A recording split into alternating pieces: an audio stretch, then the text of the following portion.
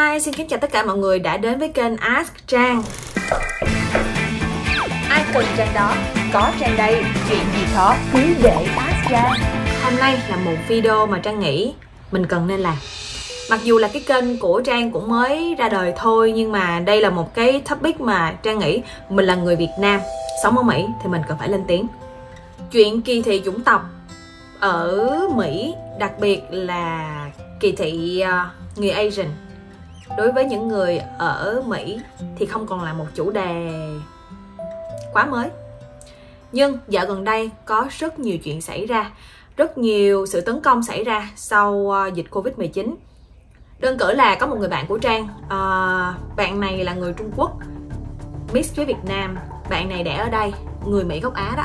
Thì cái lúc mà Covid vừa xuất hiện á, thì bạn này có nói với Trang một câu là sau này sẽ rất khó cho những người châu Á ở Mỹ, tại vì chắc chắn là cái sự kỳ thị nó sẽ ngày một dâng cao hơn. Tại vì những người Mỹ ở đây họ nghĩ là Covid là của Asian, tụi bay mang tới, tụi tao không cần biết tụi mày là Việt Nam hay tụi mày là Trung Quốc hay tụi mày là bất kỳ một đất nước nào, tụi tao chỉ biết mày là người châu Á và mày là cái người mang Covid tới cho đất nước này thôi.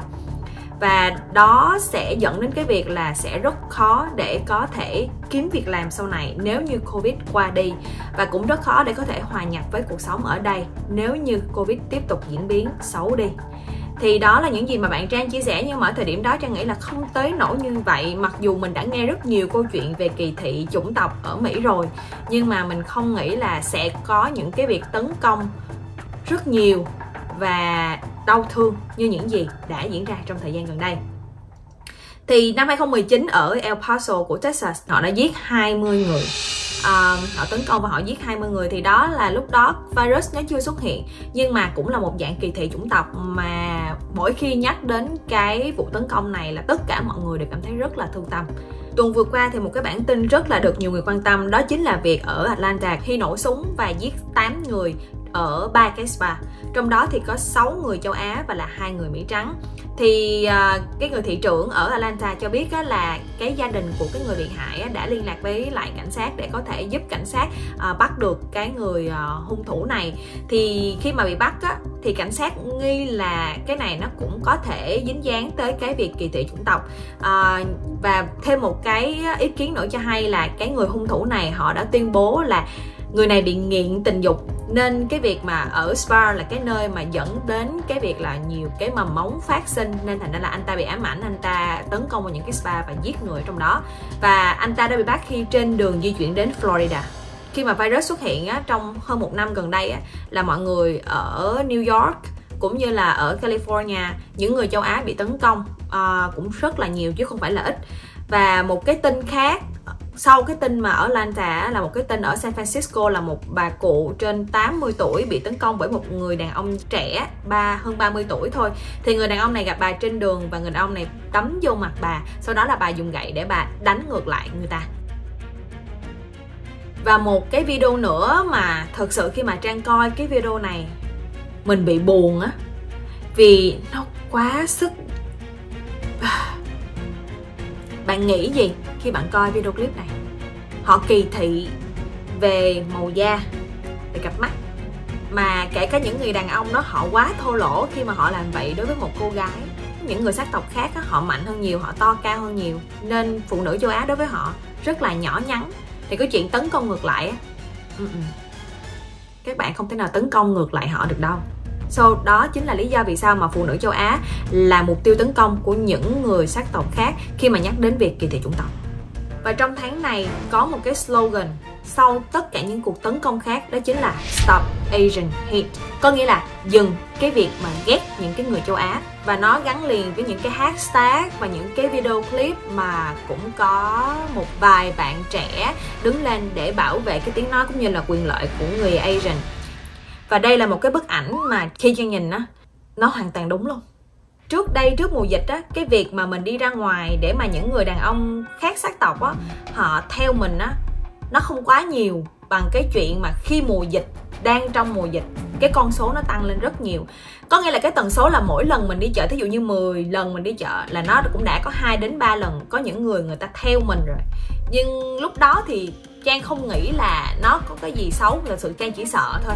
Thì có một lần nó tệ tới mức như vậy. Họ không tấn công Trang, nhưng mà cái người đàn ông đó họ theo Trang liên tục, từ chỗ Trang mua rau xong đến chỗ Trang mua thịt. Họ đi qua luôn cái chỗ mà Trang mua những cái đồ dùng cá nhân khác. Họ liên tục họ hỏi tên, họ cứ đi theo. Mặc dù Trang có nói gì nè, Trang nói là Trang không biết nói tiếng Anh, Trang không biết gì hết. Họ cứ đi theo thôi. Xong rồi Trang mới sợ quá, Trang mới lấy phone Trang gọi cho bạn của Trang, một bạn gái, và Trang nói là bây giờ tao rất sợ rồi, bây giờ làm cái gì. Cái Trang mới giả bộ cho nói ok hi honey, thì để Trang cho người đó, cái người đàn ông theo Trang á, họ biết là ok Trang đang nói chuyện với lại một cái người đàn ông khác, hoặc là có nghĩa là Trang đang on phone, thì để họ đừng đi theo Trang nữa. Nhưng không nha mọi người, vẫn đi theo nha mọi người. Và xong bạn của Trang mới nói là bây giờ chị đi ra cái quầy tính tiền và chị nói với người ta, chị nói liền với người ta là có một người đang theo tao, và mày cử một người để mang đồ dùng của tao, mấy cái đồ tao mua đi ra xe giúp tao. Thì cái người đó sẽ đi theo chị, và chị chỉ lên xe, thẳng trên xe chị ngồi thôi, chứ chị không có pack đồ lên xe. Thì cái lúc mà Trang đi ra chỗ tính tiền á, thì người đó dừng theo Trang thiệt. Và đó là một cái trường hợp mà Trang rất là sợ luôn.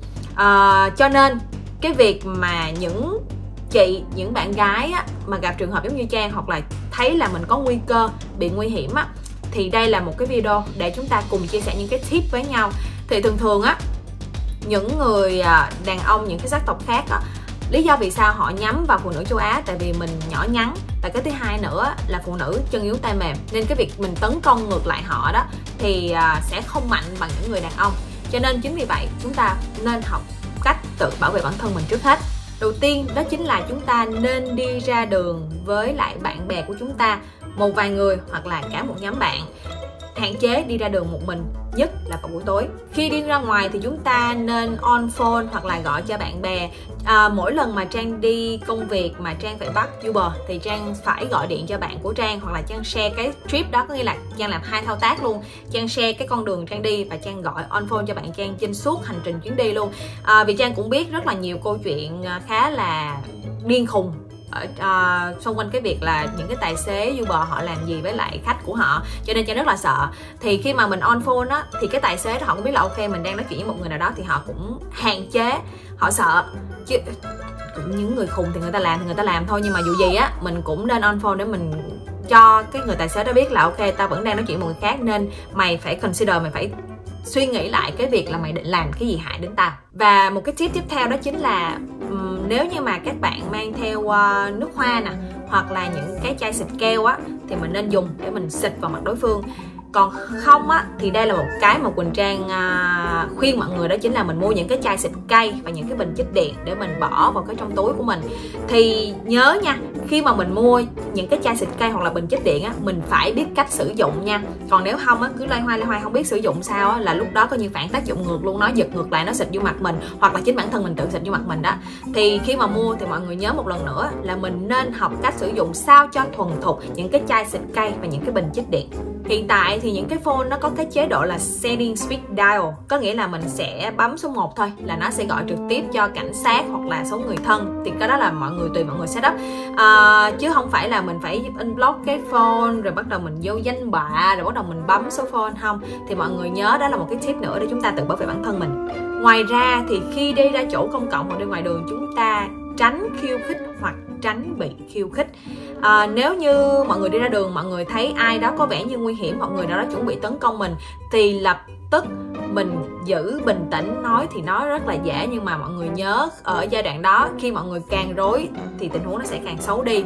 Giữ bình tĩnh nhất có thể để giải quyết tình huống. Một là phải la lên thật to, hai là kiếm chỗ nào đó đông người để mình chạy thẳng đến tới đó, hoặc là đi với những cái cửa hàng hoặc là những cái tiệm ăn để mình có thể cư ngụ. Một cái tip nữa mà Quỳnh Trang muốn chia sẻ đó chính là thường ở đây á, mọi người sẽ mang những cái bình nước ở trong người, đúng không, để mọi người đi tập thể dục hoặc là để mọi người đi làm. Thì đây là một cái công cụ cũng khá là hữu hiệu để mình dùng làm dụng cụ để mình tấn công. Một cái tip nữa đó chính là thường nếu như mọi người ở đây cũng có khóa, đúng không, và hoặc là mình có thể sử dụng bút nữa, thì mọi người sẽ kẹp cái khóa hoặc là cái bút của mình á ở giữa hai cái ngón này, và mình nắm lại để mình tạo ra một cái nắm đấm. Khi mà mình đấm vào đối phương á thì nó sẽ gây choáng váng. Và nếu được á thì mọi người nên mặc trang phục thoải mái hoặc là mang giày sneaker để dễ chạy. Thường thì ở Texas á, không có hạn chế cái việc sử dụng súng, nhưng mà khi mang súng đi ra ngoài thì bắt buộc bạn phải có license. Trang biết là cũng rất là có một vài bạn nữ, bạn đó thích súng, nhưng mà thật sự phụ nữ của chúng mình á, khi mà sử dụng súng á, thì cũng khá là nguy hiểm về phần tâm lý nè, rồi về rất là nhiều thứ. Nên khi bạn sử dụng súng thì Quỳnh Trang khuyên là mình phải đủ cái độ cứng, đủ cái độ mình nghĩ là mình control súng được, mang đi ra ngoài á, thì mình hẳn mang, còn không thì Trang khuyên là không nên sử dụng súng. Còn nếu không thì chúng ta nên học những cách tự vệ sau đây. Đó chính là bây giờ mình có thể lên những cái trang Google, mình search thử coi cách nào để tự vệ, và có những cái điểm yếu nào của đối phương mình có thể học cách để mình đâm thẳng vào nó. Thứ nhất là mắt nè, mũi nè, mỏ ác nè, cổ và cổ họng ha, và sau đó là cái đầu gối cũng như là cái háng của đối phương là những cái điểm yếu mà mình có thể mình tấn công. Và hy vọng là với những tip vừa rồi thì Trang cũng có thể chia sẻ cùng với các chị em cũng như là các bạn gái sống tại Mỹ để tìm được ra cái cách mà tự vệ bản thân mình trong những cái trường hợp xấu nhất, khi mà cái phong trào tấn công những người Asian ngày một nhiều hơn ở Mỹ. Và một điều nữa mà Trang muốn thông qua cái video clip này, Trang muốn kêu gọi mọi người, đó chính là cộng đồng Việt Nam của chúng ta nên đứng dậy để bảo vệ quyền lợi và tiếng nói của chúng ta. Đặc biệt là trên đất Mỹ này, Stop Asian Hate.